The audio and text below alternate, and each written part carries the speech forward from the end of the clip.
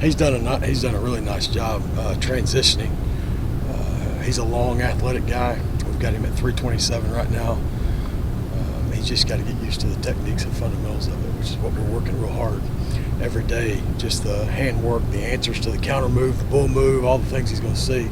We're seeing a ton of 3-down blitz stuff from Coach Snyder, so we're getting good work from him. You talk about college guys. Junior college guys. Can you break down the pluses and minuses of them, Coach? Yeah, Avery Genesee's backing up GI right now over on the right side. I'm impressed with how well he's picked the offense up. He's a smart guy. He takes the meeting information to the field and rarely has a missed assignment. But technique and fundamental-wise, we've got to rebuild a set, get him set in the way we set around here. Run game-wise, get him doing that with his steps and his hands. And so we've backed both of those JC guys up and let them just work on their fundamentals. That's kind of what we're doing. Jermaine Illuminor is backing up Joe Cheek at right guard. I moved him down inside, and we're cross-training all those guys in there for both right guard and right tackle. I think that's important. Their stagger stays the same, but they need to be able to do both of that in case we get into an injury scenario. So we're cross-training both of them right now. But the technique and fundamental part is what we're focused on. We're not earning any jobs right now. We're learning how to set. We're learning how to use our hands. We're learning where our feet go. That's where we are right now. That being said, I think is it safe to say that Fetty is a legitimate candidate to eventually be your guy at right tackle? Yes, that's safe to say. What are you looking for specifically from your group with this first scrimmage of the spring? We want them to play hard with the tempo stuff. We've slowed it down a little bit early in spring to insert the offense. It just takes a while to get it all inserted. It's all in right now. And so we want to see the tempo up. And that's what we were looking for today. And I'm really pleased with what we saw today. I thought the energy was great. I thought the guys bounced around. The tempo was as good as it's been all camp. So I'm pleased, and I hope to see that on Saturday. How's Garrett Grambling's ability to step in with Harrison out? I know he started 2 games last year as well. How's that helped you guys? And what could, once Jarvis gets back, what could his role be, or Garrett's role? Well, his role could be a starting guard spot open. I've got Joe Cheek over at the right guard right now, and I've got Garrett at the left guard. You add Jarvis to that mix, and that's 3 guys for those 2 positions.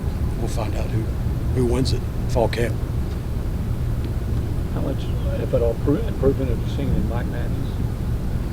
Mike has total control of the offense. He's got as much freedom as any center I've ever coached. He's got it all. He can change whatever he wants to change. I trust him that much. Guys around him trust him. So Mike's got it. Smart guy, football guy, high football IQ. He's doing exactly what we need him to do. And he's really a leader for us up front. Great energy guy, outspoken guy. He brings the juice to practice, brings the juice to the games, brings the juice to the meetings. He's a big piece of that puzzle. Weight's been a big thing with him. Has he been able to get up a little further from where he was last year? He does, but the consistency's the thing that we're struggling with. So you can get him up, but then he'll go in with Larry Jackson, and Larry will run him and lift him and do that stuff, and next time he weighs in, he'll be down. So the key is don't get too focused on the weight, because he's, if not the strongest, one of the strongest guys in my room. And so he plays with great leverage. We're going to keep working on the weight, but we're not chasing a number. He's very effective at the weight he's at. So where is he right now? He's at 283 right now. That was last week. At what point did you realize that about Mike, that he had all those things that you look for in the center? You just see it as he develops. You come in here and you watch him develop, and you watch his personality, how it rubs off on the guys around him, and that's a big time important part of it. Is you got to have somebody that brings the energy, the juice to some long hot practices, some long meetings, some long walkthroughs, some long everything, and he does it. He's always in it, and he's always trying to get us better, and he's barking at different guys, and he's a lot of fun to be around. He's a fun guy to coach.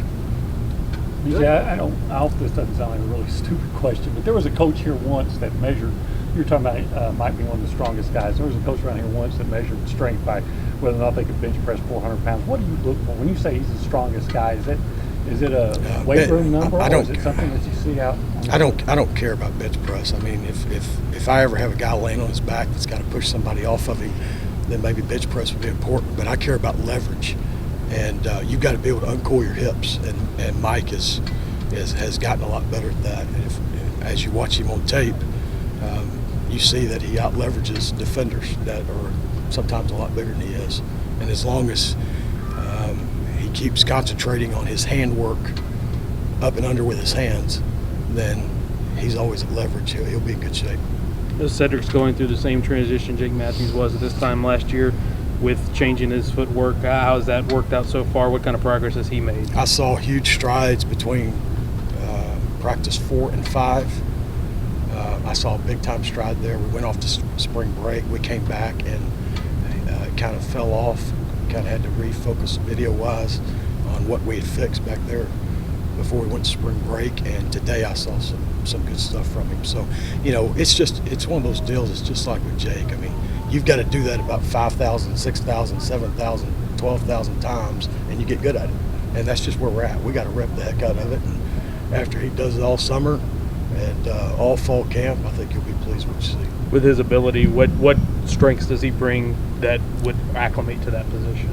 Well, he's extremely athletic. I mean, he's 300-something pounds, and he's a flat belly. He looks like a tight end when he walks out. And so he's able to make some mistakes and make up for them with his athletic abilities. So what I would like to do with Sed is I'd like to get him to around 310 to give him some more anchor against the bull rush. He and I are working on that right now with John Takeaway, Larry Jackson, and those guys. So I expect to see him come back from summer camp with a little bit more anchor to him. Good.